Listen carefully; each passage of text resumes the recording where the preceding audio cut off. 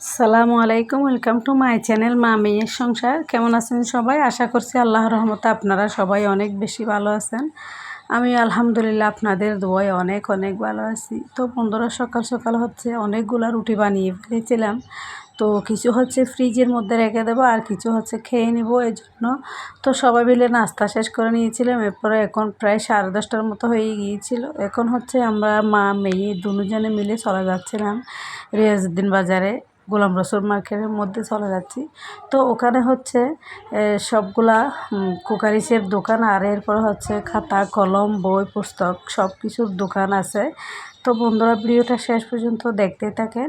কোথায় যাচ্ছি কি করতেছি না করতেছি সবগুলো এই ভিডিওর মধ্যে থাকবে, দেখতেই থাকেন। তো কথা বলতে বলতে দেখতে পারতেছেন বন্ধুরা, চলে আসছি গোলাম রসুল মার্কেটের মধ্যে। তো গোলাম রসুল মার্কেটের নিচের তলার মধ্যে হচ্ছে সবগুলা স্কুলের স্টেশনারি জিনিসপত্রগুলো বিক্রি করে, আর হচ্ছে রেক্সিন জাতীয় সবগুলো জিনিস পাওয়া যায়। তো যারা গোলাম রসুল মার্কেট থেকে বিভিন্ন ধরনের স্টেশনারি জিনিস নিতে চান, ওরা এখানে এসেই নিচের তলা থেকে নিয়ে নিতে পারবেন। একদম পাইকারি রেটে সবগুলো পাওয়া যায়। তো আমি আমার যেগুলো প্রয়োজন এখান থেকে নিয়ে নিয়েছি। এরপরে এখন আবার চলে আসলাম হচ্ছে 3 তলার মধ্যে। তো এখানের মধ্যে হচ্ছে সবগুলো কুকারিসের দোকান বন্ধুরা। তো বন্ধুরা, দেখতে পাচ্ছেন এখানে সবগুলা ঘর সাজানোর জিনিসপত্র পাওয়া যায়। এখানে হচ্ছে আরও প্রয়োজনীয় অনেকগুলো আছে, ব্লেন্ডার, এরপরে হচ্ছে pressure cooker, rice cooker, cup plate, বিভিন্ন ধরনের ঘর সাজানোর জিনিসও আছে। প্রয়োজনীয় জিনিসপত্র আপনারা এখান থেকে নিয়ে নিতে পারবেন। আর এখানে হচ্ছে একদম কম রেটের মধ্যে মাশাআল্লাহ সবগুলো পাওয়া যায়। তো আমি আমার পছন্দের জিনিসটা নিয়ে নিয়েছি মাশাআল্লাহ। আমার কাছে তো এই জিনিসটা অনেক বেশি ভালো লেগেছিল। আমার কাছে আরেকটা ছিল আগের, ওইটা ছিল সৌদি আরব থেকে আনা। তো বন্ধুরা, যেটা হচ্ছে সৌদি আরব থেকে নিয়ে আসছিলাম ওইটা আমি অনেক দিন ব্যবহার করছি, আমার কাছে অনেক ভালো লেগেছিল। তো একটু সামান্য নষ্ট হওয়ার কারণে আরেকটা নিয়ে আসছিলাম ব্লেন্ডার মেশিন। তো যাই হোক, কথা বলতে বলতে এখন সকালবেলা হচ্ছে আপনাদের ভাইয়া বাজার নিয়ে আসছিল। বাজারের মধ্যে সবজি জাতীয় জিনিস ছিল, এরপর হচ্ছে মাছ ছিল। তো দেখতে পাচ্ছেন বেগুন, শসা, টমেটো, কাঁচামরিচ, এরপর হচ্ছে বরবটি, বেগুন, তারপরে এখানে কচুরলতিও ছিল।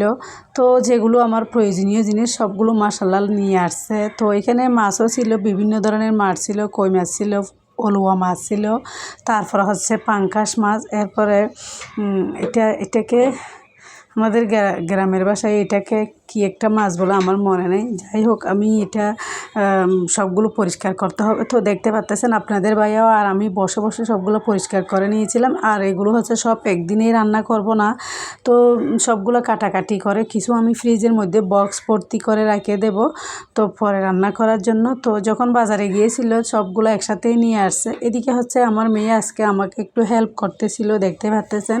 তো এক মেয়ে হচ্ছে পেঁয়াজগুলা হচ্ছে কাটাকাটি করে দিচ্ছিল, এরপরে হচ্ছে একজনে কাপ প্লেটগুলো পরিষ্কার করে দিচ্ছিল। তো আমার তো মাছ কাটাকাটি হয়ে গিয়েছিল, এখন পরিষ্কার করে ধোয়ার ফালা। তো দেখতে পাচ্ছেন এখন আমি মাছগুলো পরিষ্কার করে ধুয়ে নিয়ে এরপরে হচ্ছে বক্সের মধ্যে রেখে দিব।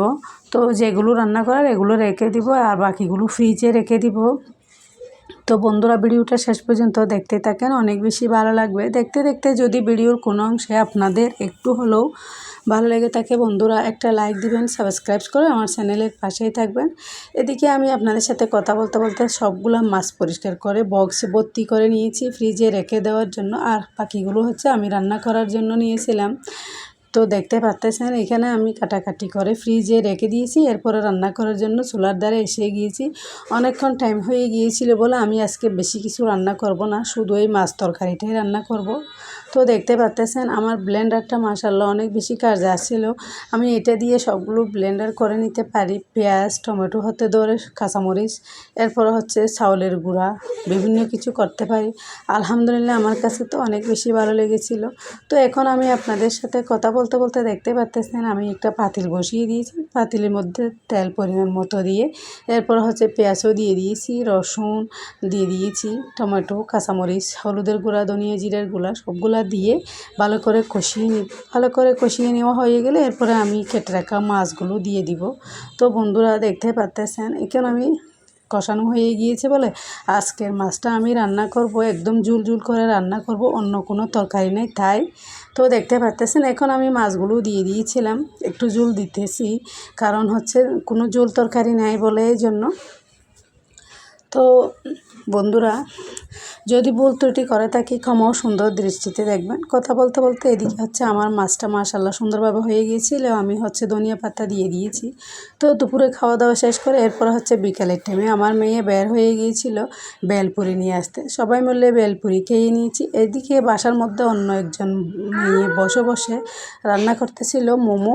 তো মোমো তো আমি আপনাদেরকে অনেকবার শেয়ার করছি বলে আর মোমো শেয়ার করতেছি না, এই জন্য শুধু রান্না করা মোমোগুলো শেয়ার করতেছিলাম। এখন আমরা সবাই মিলে মোমো খেতে বসে গিয়েছিলাম, দেখতে পাচ্তেছেন চাটনি নিয়ে আর হচ্ছে মোমো নিয়ে আমরা সবাই খেতে বসে গিয়েছি। অনেক মজা হয়ে গিয়েছিল চাটনি দিয়ে মোমো খেতে। আপনাদেরও যদি ভালো লেগে থাকে বন্ধুরা বাসায় রেডি করে মোমো খেয়ে দেখবেন, অনেক মজা হয়, একদম ঝাল ঝাল টক টক, খুব বেশি ভালো লাগে গরম গরম। তো আজকের ভিডিওটা আর বেশি লম্বা করব না, এতটুকের মধ্যে। আসসালামু আলাইকুম, আল্লাহ হাফেজ। হয় না।